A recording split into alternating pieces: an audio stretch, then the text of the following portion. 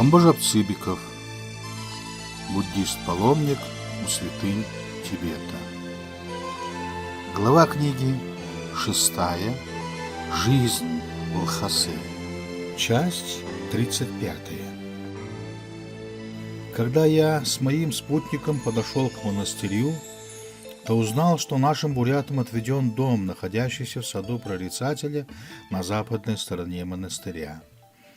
Придя в этот дом, мы застали там уже почти всех бурятских лам. Расположившись в довольно обширном по местным понятиям доме с отдельной кухней, монахи позволяли себе некоторые вольности, как игру в домино, борьбу между собой во дворе на зеленой траве, бега в перегонки по обширному саду и прочее. Стол, более роскошный, чем в обыкновенное время, был устроен общий на собранные в складчину деньги. Соблюдая полное равенство членов общины, был нанят особый повар-тибетец, тогда как все эти монахи в монастыре своем обходятся без прислуги. Монастырь состоит из нескольких домиков, среди коих выделяется более солидное здание – дуган, где живет прорицатель и где происходит спускание Чойджона. Духовенство, или вернее придворный штат прорицателя, составляет около 25 человек. Большинство из них, равно как и сам прорицатель, могут быть женатыми. Поэтому здесь смесь светского и духовного населения, так что монастырь этот удобнее назвать тибетским селом. 7 июня. Сегодня около 9 часов утра происходило спускание Чойджона Гадона. Прорицатель Ламая, на которого спускается Чойджон в настоящее время, занимает должность цедуна, чиновник духовного знания, Центрального управления Дабэшуна. Дар, или точнее право прорицания здесь передается от отца к сыну, поэтому прорицатель бывает в молодости женатым. Настоящий прорицатель – человек уже пожилой, на вид ему около 50 лет и имеет уже взрослого сына, принявшего также духовные обеты, но женившегося недавно на княжне Лхалугун. Этот сын постоянно прислуживает отцу во время спускания Чойджона и должен наследовать должность прорицателя. В назначенное время, когда все буряты собрались в дугане, явилось придворное духовенство и стало со своими духовыми музыкальными инструментами впереди нас. У задней стены была небольшая комната, совершенно открытая в залу, так что представляла своего рода эстраду.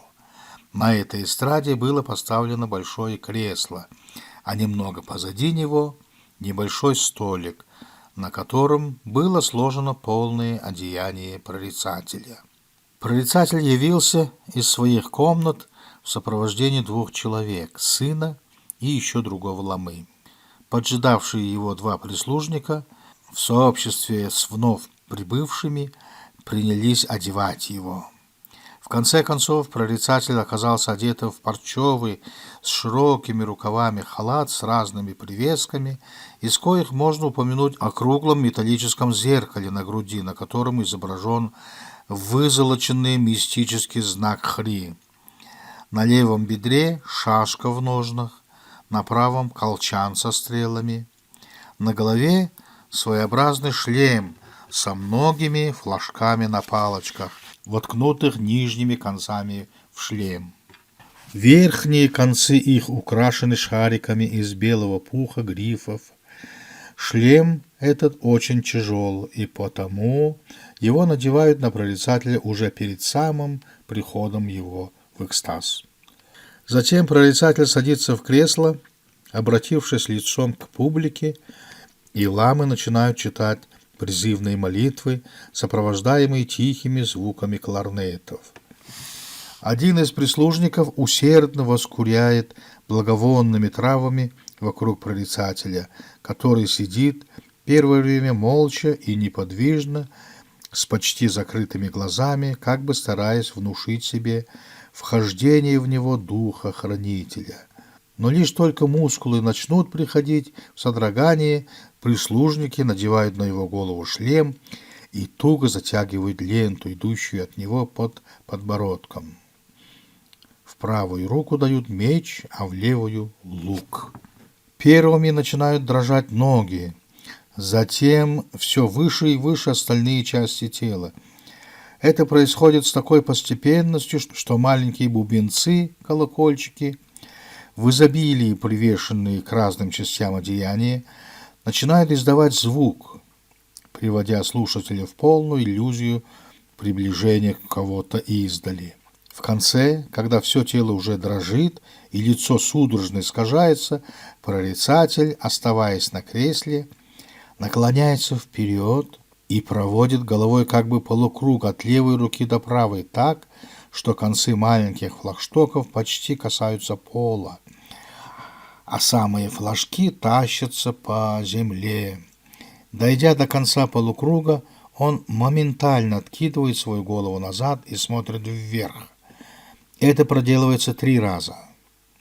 Значение таких движений объясняют тем, что Чоэ-Джон до вопрошания поклонников о различных вещах обозревает своими очами 3 мира, находящиеся, по верованию ламаитов, внизу, и 3 мира, находящиеся вверху, в том числе и нашу землю.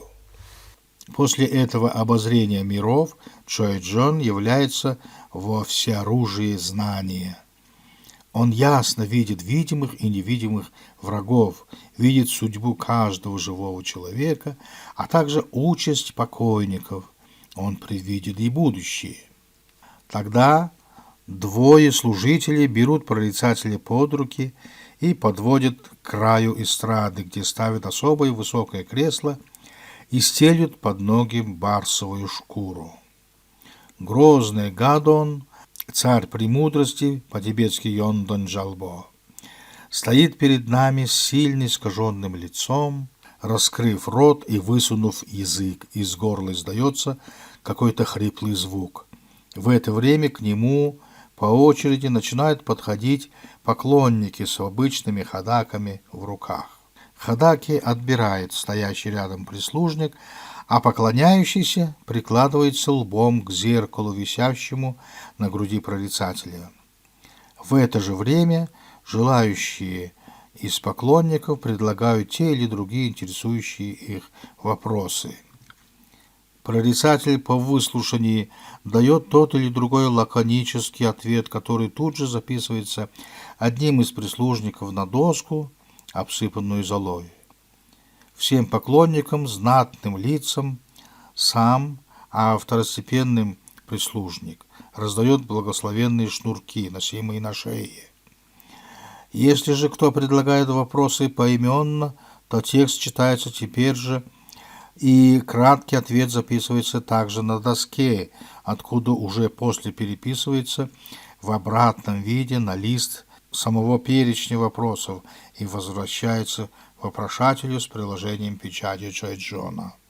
После того, как не останется уже ни одного вопрошающего, прорицателю подают в чашке, сделанные из человеческого черепа, зерна ячменя, которые он благословляет легким плевком и бросает в толпу. Последняя жадно ловит их, подставляя подол платья или концы своих покрывал, если лицо духовное. По числу попавших зерен также определяют хорошие и дурные предзнаменования. Наконец, прорицатель тяжело падает в кресло, и в этот момент вселивший дух как бы покидает прорицателя, с которого тотчас снимают облачение. Он обратился в простого человека и, сильно усталый, уводится своими приближенными в жилые комнаты. Мы же отправились на нашу временную квартиру. Я поинтересовался узнать, сколько заплатили наши буряты за эту церемонию или, если хотите, за этот молебен. Оказалось, что уплатили 20 монет, то есть около 4 рублей на наши деньги.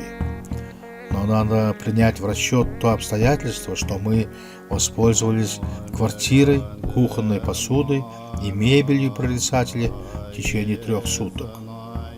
8 июня происходило спускание того же Чойджона для всего духовенства Дацана Гоман, монастыря Брайбуна. Для поклонения собрались почти все члены этой духовной общины.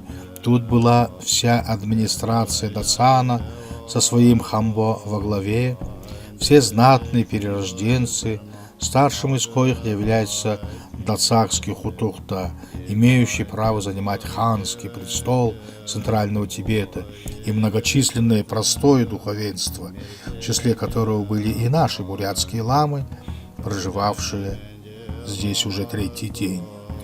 Спускание Чойджона происходило описано вчера порядком, но к поклонению внутри дугана допускались лишь лица административные и высшие перерожденцы.